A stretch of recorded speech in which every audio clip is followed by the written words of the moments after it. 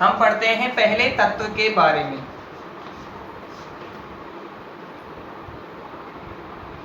एक ही प्रकार के परमाणुओं से, एक ही प्रकार के परमाणुओं से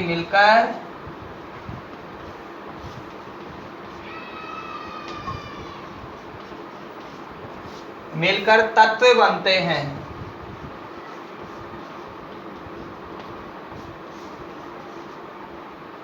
जिनका स्वतंत्र अस्तित्व होता है,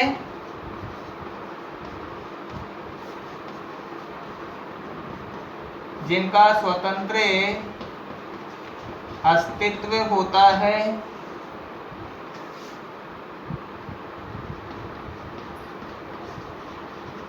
और ये रासायनिक अभिक्रिया में भाग लेते हैं।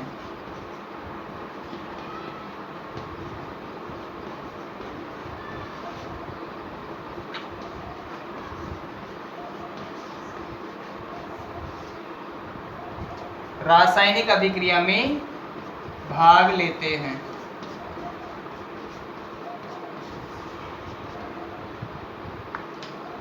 उदाहरण हाइड्रोजन, हाइड्रोजन को H से प्रदर्शित करते हैं। हाइड्रोजन H यह एक तत्व है। हाइड्रोजन के अलावा हीलियम He यह भी एक तत्व है। सोडियम Na यह भी एक तत्व है। आयरन जिसे लोहा, आयरन लोहा जिसे फेरस से दर्शाया जाता है Fe। मैग्नीशियम,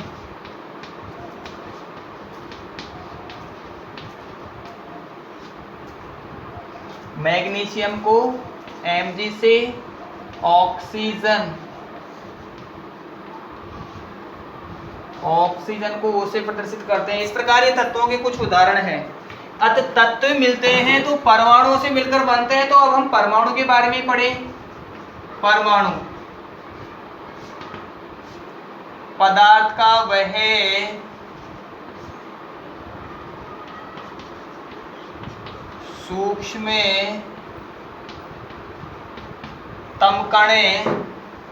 सूक्ष्मतम कण जिसका या जिसे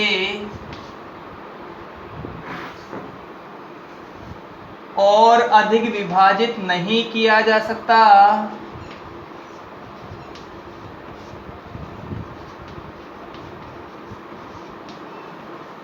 जिसे और अधिक विभाजित नहीं किया जा सकता।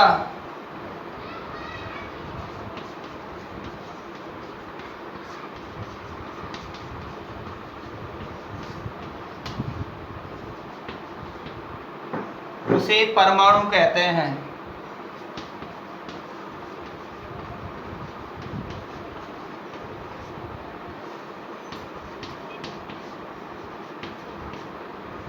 इसे परमाणु कहते हैं। परमाणु के बाद में हम पढ़े अणु के बारे में। दो या दो से अधिक,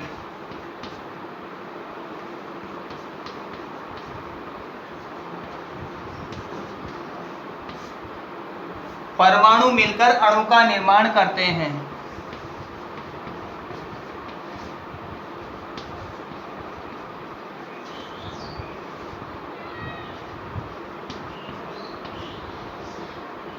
अणु का निर्माण करते हैं।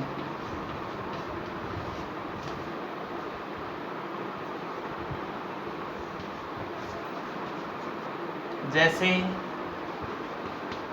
ऑक्सीजन गैस,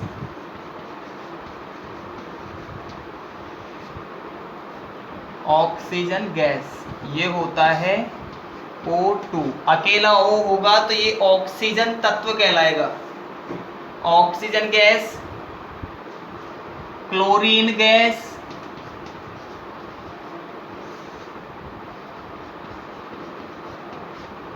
क्लोरीन गैस को Cl2 से, गैसेस डबल हेलिकल रूप में ही पाई जाती है, सिंगल रूप में नहीं पाई जाती है।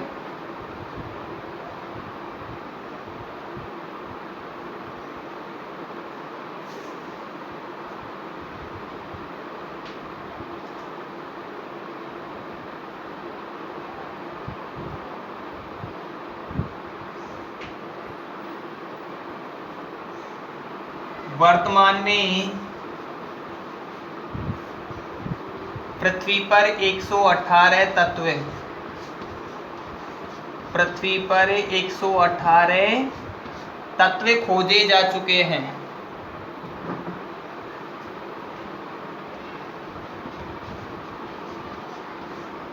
खोजे जा चुके हैं।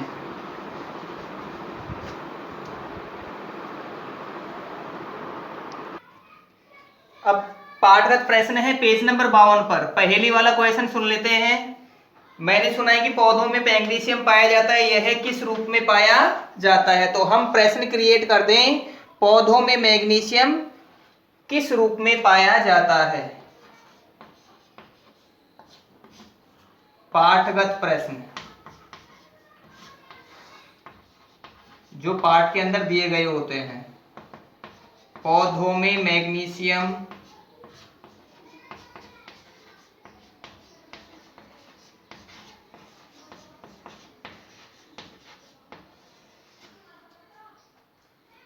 किस रूप में पाया जाता है?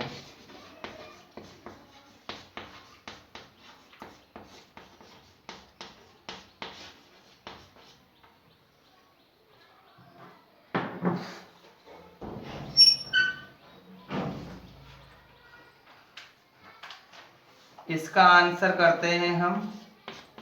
पौधों में मैग्नीशियम क्लोरोफिल अर्थात हरित लवक में पाया जाता है। पौधों में मैग्नीशियम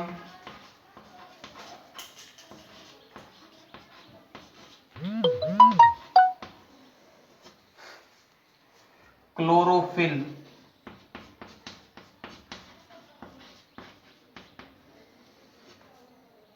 जिसे पर्णहरित कहेंगे,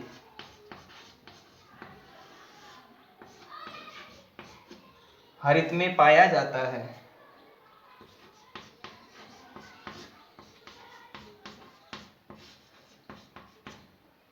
अगला है प्रश्न। अब की बार बूझो ने पूछा है, डॉक्टर ने मेरे शरीर में आयरन की कमी बताई है, मेरे शरीर में आयरन कहाँ है? तो यह भी प्रश्न बना देते हैं। हमारे शरीर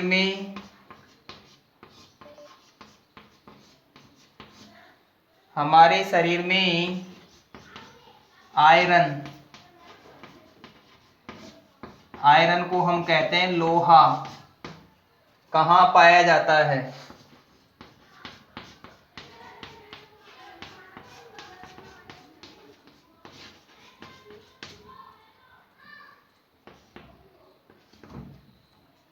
तो इसका आंसर होगा हमारे शरीर में रक्त में, हमारे शरीर में रक्त में आयरन पाया जाता है।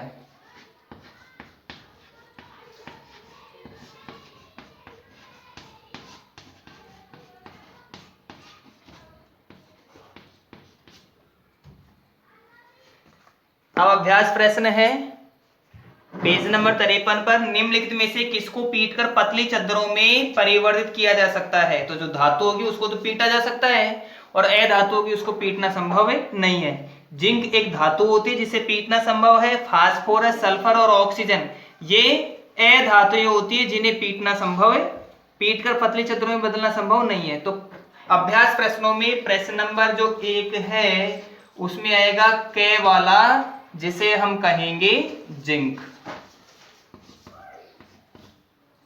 प्रश्न नंबर 2, निम्नलिखित में से कौन सा कथन सत्य है? सभी धातुएं तन्य होती है, बिल्कुल ठीक कह रहा है। सभी अधातुएं तन्य होती है तो अधातु में तन्यता का गुण नहीं पाया जाता है। सामान्यतः धातुएं तन्य होती है, सामान्यतः अर्थात कुछ धातु जैसे पारा है तो द्रव अवस्था में पाई जाती है, तो ये कथन और भी ज्यादा सत्य है। कुछ अधातुएं तन्य होती है, तो इसमें गे वाला ठीक रहेगा। सामान्यतः धातुएं तन्य होती है।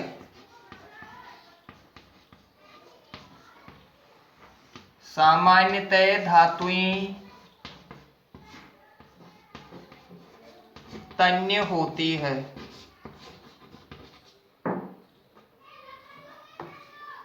थर्ड नंबर क्वेश्चन में हमें रिक्त स्थान भरने हैं। रिक्त स्थान में कई नंबर है? फास्फोरस बहुत और फिर अधातु है। हम खाली स्थान में लिखेंगे अभिक्रियाशील।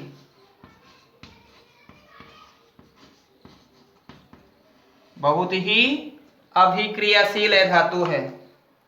धातु ऊष्मा और खाली स्थान है, जैसे ख में मैं लिखना चाहूं ऊष्मा के बाद में विद्युत और की तो सुचालक होती है। पहले खाली स्थान में आएगा विद्युत और दूसरे खाली स्थान में आ जाएगा सुचालक। सुचालक होती है अच्छी चालक, और केवल चालक है तो वो थोड़ी कमजोर चालक होते हैं।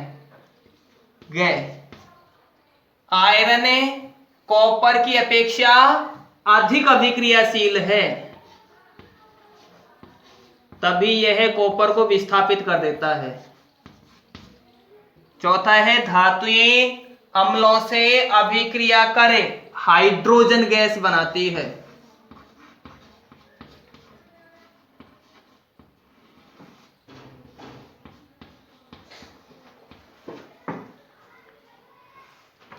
प्रश्न नंबर 4 में हमें सत्य और असत्य की पहचान करनी है। सामान्यतः अधातुएं अम्लों से अभिक्रिया करते हैं, तो सामान्यतः अधातुएं अम्लों से अभिक्रिया नहीं करती हैं। कुछ अधातुएं हैं जो अभिक्रियाएं कर लेती है। तो ये ट्रू और फॉल्स दोनों के बीच का है, हम इसे ट्रू बना देते हैं, क्योंकि हमने प्रीवियस डे वाली क्लास में अधातु के अम्लों से अभिक्रिया करके हाइड्रोजन गैस बनाई थी। सोडियम बहुत अभिक्रियाशील धातु है। ख में है होगा तो सोडियम बहुत अभिक्रियाशील धातु है, वास्तव में ठीक है। कॉपर जिंक सल्फेट के विलयन से जिंक विस्थापित करता है, तो ये वाला अपभ्रंश होगा, फाल्स अर्थात ये गलत होगा। कोयले को खींचकर तार बनाया जा सकता है। अब भाई आप में से कोई हो बना दें तो लगा देना टी, वास्तव में बनाना संभव नहीं है, इसलिए एफ अर्थात फाल्स। प्रश्न नंबर 5 में है नीचे दी गई सारणी में गुणों की सूची दी गई है, उनके आधार पर धातु और अधातुओं में अंतर लिखिए। धातुओं के विभिन्न गुणधर्म पता चुका, अधातु के विभिन्न गुणधर्म भी हमने पाठ पढ़ा था, उस दौरान किया था। जैसे दिखावट है तो दिखने में धातुएं कठोर होती है और दिखने में धातुएं ठोस होती है, और अधातुएं द्रव ठोस या गैस किसी भी अवस्था में पाई जा सकती है। कठोरता, धातुएं कठोर होती हैं और अधातुएं मुलायम या गैसीय होती है। आघातवर्धनीयता धातुओं वाले में हम लिख सकेंगे धातुओं को पीटकर पतली चद्दरों में बदला जा सकता है, जिसे आघातवर्धनीयता कहते हैं, और अधातुओं को पीटकर पतली चद्दरों में बदलना संभव नहीं है, इसलिए ये इनमें आघातवर्धनीयता का गुण नहीं पाया जाता है। तन्यता, धातुओं को खींचकर पतले तार बनाए जा सकते हैं, जबकि अधातुओं को खींचकर पतले तार नहीं बनाए जा सकते। ऊष्मा का चालन, धातुएं ऊष्मा का चालन करती है और अधातुएं ऊष्मा का चालन नहीं करती है। विद्युत का चालन, धातुएं विद्युत का चालन करती है और सामान्यतः अधातुएं विद्युत का चालन नहीं करती है। सामान्यतः शब्द इसलिए लगाया है क्योंकि ग्रेफाइट भी एक अधातु होती है, परंतु वो विद्युत का चालन करता है। तो सभी अधातुएं विद्युत का चालन नहीं करती, ऐसा संभव नहीं है, क्योंकि एक अपवाद स्वरूप एक अधातु भी पाई जाती है। निम्नलिखित के लिए कारण दीजिए।